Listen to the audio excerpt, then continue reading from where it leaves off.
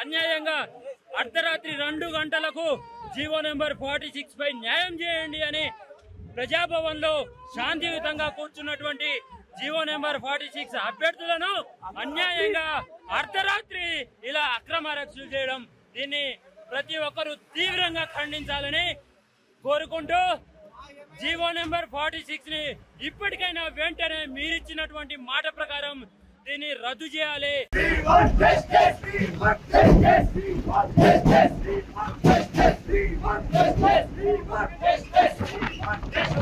నమస్తే సార్, మేము జీవో 46 బాధితులము.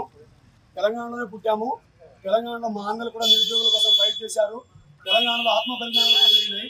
ఈరోజు మాకు న్యాయం చేయండి, గ్రామీణ ప్రాంత నిరుద్యోగులు మెరిట్ స్కోర్ ఉంది, మాకు న్యాయం చేయండి అని ప్రజా దర్బార్కి వస్తే పొద్దున్న నుంచి మేము తిండి లేక నీళ్లు పచ్చి నీళ్లు ముట్టుకోకుండా అక్కడ కూర్చుంటే డిపార్ట్మెంట్ వాళ్ళు మమ్మల్ని లిఫ్ట్ చేసి తీసుకొచ్చి ఈ ఎక్కడున్న ప్రాంతంలో మాకు తెలీదు ఈ ప్రాంతంలో తీసుకొచ్చి మమ్మల్ని పడేశారు.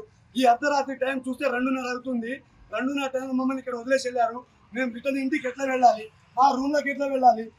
పోయే దారిలో ఎవరైనా రౌడీలు మన నుంచి మమ్మల్ని చంపేసినా, ఏదైనా వెహికల్ గుద్దేసినా ఈ పోలీసులు బాధ్యత తీసుకుంటారా, లేకపోతే కాంగ్రెస్ గవర్నమెంట్ బాధ్యత తీసుకుంటారా అని మేము సూటిగా ప్రశ్నిస్తున్నాం. ఎవరో ఆంధ్ర అధికారి బోర్డు చైర్మన్ చేసిన తప్పిదాన్ని గ్రామీణ ప్రాంత నిరుద్యోగులు మమ్మల్ని ఇలా రోడ్ల మీద వదిలేయడం ఎంతో కరెక్ట్. టైం చూస్తే 2:30, ఇక్కడ చూస్తే మాకేం తెలీదు, మా సొంత వెహికల్స్ లేవు, మేము ఎక్కడికి వెళ్ళాలి? చచ్చిపోవాలంటే చెప్పండి, అదైనా చేసుకుంటాము. ఇంకా ఇక్కడ నుంచి మేము బతికేది లేదు. ఈ నైట్కి మమ్మల్ని ఎవరో ఒకరు చంపేస్తారు.